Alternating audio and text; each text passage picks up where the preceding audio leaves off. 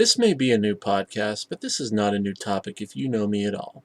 Of all the things that stir my pot that I obsess about into total irrationality, and then I'm sure people wish I would just shut up about, this is the big time. And I will not be shutting up about it, whether you like it or not, because this one bothers me. I consider it the basest threat to my existence and liberty. It is an out-of-control force that must be reined in, an enemy that must be stopped. Canada. You laugh, I'm sure, but this is the most serious of serious business to me. So what is there about which to object regarding our Canadian neighbors? Well, let me state first off that I have no objection to the Canadian people as a whole, except for that whole Quebecois lot. By and large, wait a minute, can someone explain to me what the phrase by and large actually means? I know it's basically a synonymous phrase to for the most part, but I have really no idea what the linguistic meaning of by and large really is. If someone could leave an explanation for that in the comments section below, I'd be a happy guy. Anyways, generally, Canadians don't appall me as a people.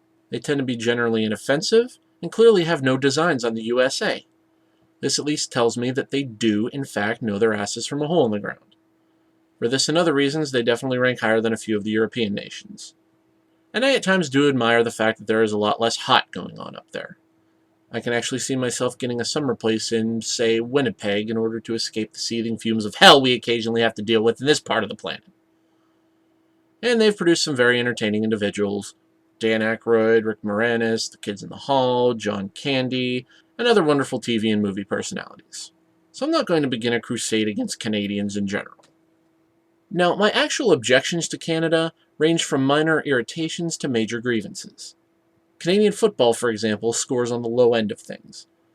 Not being a huge football fan, this doesn't wound me seriously, but it does chafe on a basic level. There are too many yards on the field, not enough downs during the game, and they seem to have an aversion to passing the ball. I've caught some CFL on TV from time to time, and it's like watching somebody play a game that they don't understand the rules to and just decided that what they're doing is okay. It ain't. Oh, and don't get me started talking about how I like hockey and hockey was invented by Canadians. Hockey comes from Iceland and Scandinavian places. Sure, they turned it into what we do now as hockey in Canada, but for crying out loud, they don't have anything else to do up there. If we had as much ice year-round as they have up there, we'd be better than them at it. Just saying. I'm a pretty big wrestling fan, and wrestling is another thing where Canada gets on my nerves. If you're not a wrestling fan, you can kind of tune this bit out for a bit, but this is my flaming podcast, and I'll talk about whatever the fluff I want. First of all, apart from Edge and Christian, most Canadian wrestlers are boring. Don't talk to me about Chris Jericho, he was born in New York. And Bret Hart? Yeah, it's because of his jackassery that I had to put up with Montreal crowds yelling, "You screwed Bret," every time the WWF/WWE showed up there for over 10 damn years. By the way, forget the World Wildlife Fund. Just saying. And it seems that the most entertaining thing Canadian wrestlers ever do is yell about how good Canada is and how America sucks. And this bores me. Plus, Bret Hart once said, "If you were going to give the United States of America an enema, you'd stick the holes right here in Pittsburgh, Pennsylvania." Aside from the odd way that involves my chosen nickname, I will never forgive him for that. Moving on. Canadian Bacon. Cool movie, and probably the only tolerable thing Michael Moore has ever been a part of. But the actual food product, let's face it, that isn't bacon. It's ham cooked in a particular style. That doesn't make it bacon. It's like referring to a spoon as a Mexican fork. It's not a fork no matter what you call it. Let's just try to make more sense here, people. And one of my biggest objections to Canada is that it isn't even a real country. I don't care what laws regarding responsible government you pass, you don't get to be a country just because France and England decided they didn't want you anymore. They still have British people on their money for flying out loud. You don't become a country just by asserting your desire to be one, otherwise I would be my own country. I don't give a fry what you have to do, be it a symbolic gesture or not, you have to kill at least one person if you want to be a real country. And don't talk to me about Australia. Australia started out as a penal colony, so they did their killing preemptively. And besides that, all penal colonies are destined to eventually become real countries. Even the United States started out in a sense as a penal colony for Europeans who needed to punish themselves for staying around in Europe for too long. And I actually have French-Canadian ancestors. What this means is that my ancestors were smart enough to leave France, and then they were smart enough to leave Canada. So let's just put that aside too, shall we? I've actually had people suggest to me that the War of 1812 was Canada's war for independence. No, it wasn't. The War of 1812 was a fight that we picked with England to remind them that we were still here and that we weren't under their yoke anymore. Okay, yeah, the British burned Washington and stuff, but still we made our point. All that war had to do with Canada was distract our attention away from expanding up there, which apparently caused them to do a lot of backslapping and celebratory bacon eating. I'm forced to believe that during the course of the war, someone realized there was nothing interesting up there worth conquering. I have no evidence for this, but let's face it, it's the only thing that makes any sense. Concerning the founding of Canada, they had a guy in their first cabinet named Cockburn, and I'm supposed to take them seriously as a country. And please don't start hitting me with the notion that it was probably pronounced Coburn, since there are hockey players whose last names are spelled that way and pronounced that way. This is nonsense, especially seeing as how there are also hockey players who spell their names Corburn. That's Coburn. Cockburn is Cockburn, for crying out loud. Say it proudly or change the spelling. Now this next bit is kind of anecdotal and largely stems from Wikipedia entries. The very name of Canada gives me problems. There are apparently some early maps where the phrase Canada is spelled out over the Canadian wilderness, which basically means nothing's there. According to other sources, it comes from Kanata, meaning village, settlement, or land, possibly cluster of dwellings. That's right, the name of the second biggest country in the world means the same thing as a town with a population of about 50. Yeah, I suppose China actually means watering hole too. Get some perspective here, people. Wikipedia gives a list of other proposed names for the place that, quite frankly, aren't much better.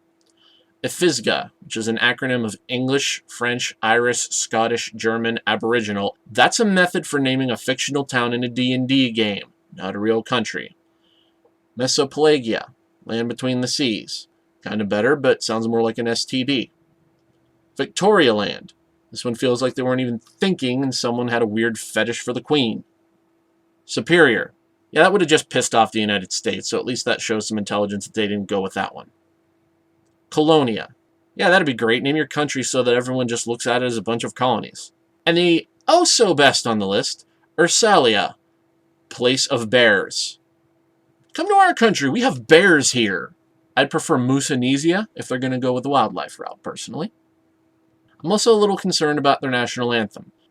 Oh Canada is pretty succinct, but it doesn't really inspire the sense of awe that we have going on down here. The Star-Spangled Banner basically says, we are so awesome that you can bum the fingers out of us and we're still going to be here when the sun comes up. Oh Canada speaks of love for the country and affection for one's land, but doesn't really go very far in the way of saying, fool yeah, we're Canadians, wah ha ha ha ha, suck it bitches. I'm also concerned about that line that says, we stand on God for thee. I'm pretty sure God doesn't like being stood on. Unless it's some kind of metaphor for the earth is God and God is the earth. In which case, take a bath, you filthy hippies. Also, Oh Canada is partly sung in French, and that is totally unnecessary. And just look at the flag, for crying out loud. The majestic maple leaf. How am I supposed to take a country seriously when the national symbol adoring its national standard is the same thing that falls into my yard and dies every year by the thousands? People see them as nuisances and set fire to them in bright, blazing conflagrations. This is how you want your nation to be viewed by the world, as an irritant to be burned away? I've said on many occasions that I could round up a group of 100 or so of my fellow Eagle Scouts and we could take the entire country in about a month's time. I stand by this. Like I said earlier, I have no problem with Canadians, but friends, honestly, if you want to be taken seriously, you need to get some stuff taken care of and fix some of these problems. I know you can't do anything about Minister Cockburn, he's been dead for quite some time, but most of this other stuff, it's fixable. If it comes down to it, at least accept the advance of myself and my fellow Eagles. I promise football that makes sense, bacon that's actually bacon, an inspiring flag and anthem, and the kind of revolution that school kids can be proud of. Quebec, you should be backing me up on this, because if I'm in charge of Canada, you guys can secede your brains out for all I care. And finally, when making fun of Canadians, it's not really a boot, it's more like a boat. It's a minor difference, but it's one that I'm insistent upon. Anyways, thank you very much for your time. Be sure to subscribe to the Integrated Hose Creations YouTube channel and like the Facebook page.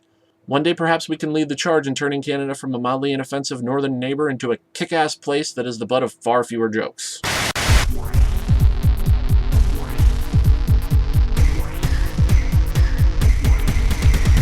There's been too much Canada bashing for far too long. I say no more. Don't you mean no more, eh?